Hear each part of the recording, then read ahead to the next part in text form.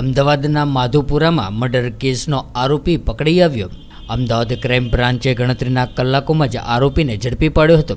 ત્યારે મેરી બેબી કે સામને ક્યુ દેખતા હૈ જેવી તકરારને લઈને હાથાપાઈ થઈને ઝઘડો થવા પામ્યો હતો। ત્યારે તે ઝઘડામાં પેટમાં ચપ્પુ મારી દેતા રમેશભાઈ શ્રીમાળીનું મોત નીપજ્યું હતું। તારીખ 21/7/2025ના રોજ દિલ્હી દરવાજા પાસે જાવેદ સિઝનલ સ્ટોર આવેલ છે, ત્યાં આગળ ભોગ બનનાર અને મરણ જનાર સામે જેમને હુમલો કર્યો, જેનું નામ છે બદરુદ્દીન શાહ, રહેવાસી શાહ આલમ, મૂળ વતની છે કાનપુર ઉત્તર પ્રદેશના, અને તેની સાથે એક મહિલા હતી નીલમ પ્રજાપતિ, મૂળ રહેવાસી અમદાવાદના। આ બંને જાવેદ સિઝનલ સ્ટોર પાસે ઊભા હતા।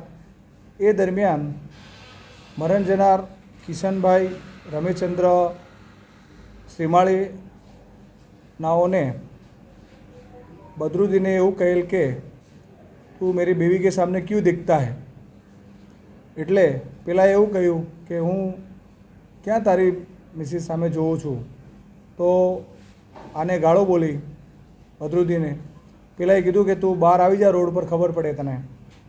તો બદરુદ્દીને એને રોડ પાસે બોલાવે અને ત્યાં ગાળો બોલી।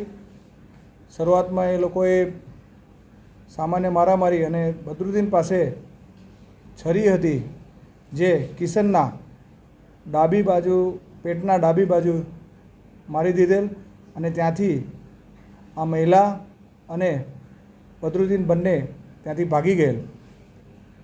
ત્યારબાદ આ મેસેજ મળતા અમારી ક્રાઇમ બ્રાન્ચની ટીમો સ્થળ પર પહોંચી અને સીસીટીવી અને અમને વ્હીકલ નંબર મળેલ, અને હ્યુમન ઇન્ટેલિજન્સથી નીલમ પ્રજાપતિનો નંબર મળી ગયેલ, અને ચંડોળા પાસે આ લોકો ઊભા હતા ત્યારે આપણી ટીમે તેમને ત્યાંથી ઝડપી લીધેલ છે।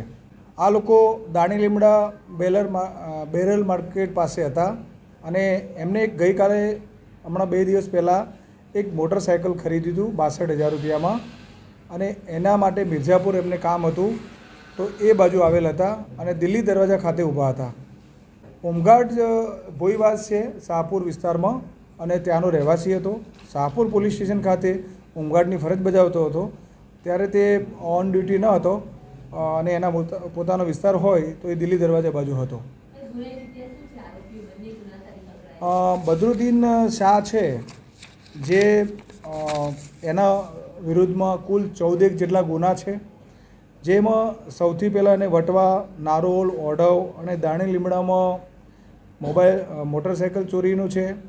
ત્યારબાદ મોબાઈલ ચીલ ઝડપનું છે। આ ઉપરાંત આ લોકો રિક્ષામાં બેસાડી છરી બતાવી અને લોકોના રૂપિયા અને મોબાઈલ પણ લૂંટ કરેલી છે, એના 3 ગુના છે। અને છેલ્લા 3 ગુના બદરુદ્દીનના જે 3 ગુના છે છેલ્લા, અને મહિલાના જે 3 ગુના છે, મહિલા મૂળ એક હેબિચ્યુઅલ છે ઘરફોડ ચોરી કરવાની, તો છેલ્લી 3 લૂંટ અને ઘરફોડ ચોરી એ બંને સાથે રહીને કરેલ છે। આમાં આ મહિલા છે એ એના એક દીપક પ્રજાપતિ નામના વ્યક્તિ સાથે મેરેજ થયા હતા, એના ડાયવર્સ થયા છે। ત્યારબાદ એ વિજુ સિંધી નામના એક ઘરફોડ ચોરીના આરોપી સાથે સંપર્કમાં આવેલી હતી। વિજુ સિંધી અત્યારે ઘરફોડ ચોરીના ગુનામાં સાબરમતી જેલમાં છે। બદરુદ્દીન અને વિજુ સિંધી બંને જેલમાં હતા સાથે, અને આ છોકરી પણ ઘરફોડ ચોરીના નરોડા પોલીસ સ્ટેશનના ચોરીના ગુનામાં સાબરમતી જેલમાં હતી। ત્યારબાદ આ મહિલાને પાછા કરવામાં આવી હતી અને જેને સુરત ખાતે મોકલી આપવામાં આવેલ હતી, અને એ દરમિયાન વિજુ સિંધી અને બદરુદ્દીન જેલમાં જ્યારે બદરુદ્દીનના જામીન થયેલ ત્યારે વિજુ સિંધીએ આ મહિલાનો નંબર આપ્યો હતો અને એને કહ્યું કે તું આને સાચવજે, અને એ રીતના એ લોકો સંપર્કમાં આવેલ હતા અને હાલમાં એકબીજા સાથે રહેતા હતા। ના, આ આકસ્મિક બનાવ બનેલ છે। જાવેદ સિઝનલ સ્ટોર આગળ જ્યારે આ લોકોને જે બોલાચાલી થઈ ત્યારે એને કહે કે તું બહાર આવી જા, તો દિલ્હી દરવાજા પાસે જે ફટાકડા બજાર છે ત્યાં એ લોકો આવી ગયેલા, ત્યાં બોલાચાલીથી ગાળાગાળી કરી, મારામારી કરી અને ત્યારબાદ બદરુદ્દીન ઉશ્કેરાઈને જેની પાસે હતી છરી હતી એ છરીના અને પેટના ડાબી બાજુના ભાગે એને ઘા મારી દીધેલ છે. સ્ટોર છે ત્યાં આગળ સૌ પ્રથમ બોલાચાલી થઈ હતી, ત્યારબાદ જે ફટાકડા બજાર છે ત્યાં આગળ આ બનાવ બનેલ હતો. હાલમાં અત્યારે એનું મેડિકલ બાકી છે અને ગુનાહિત ઇતિહાસ ધરાવનાર વ્યક્તિ છે અને એ બાબતમાં પણ તપાસ કરવાની છે.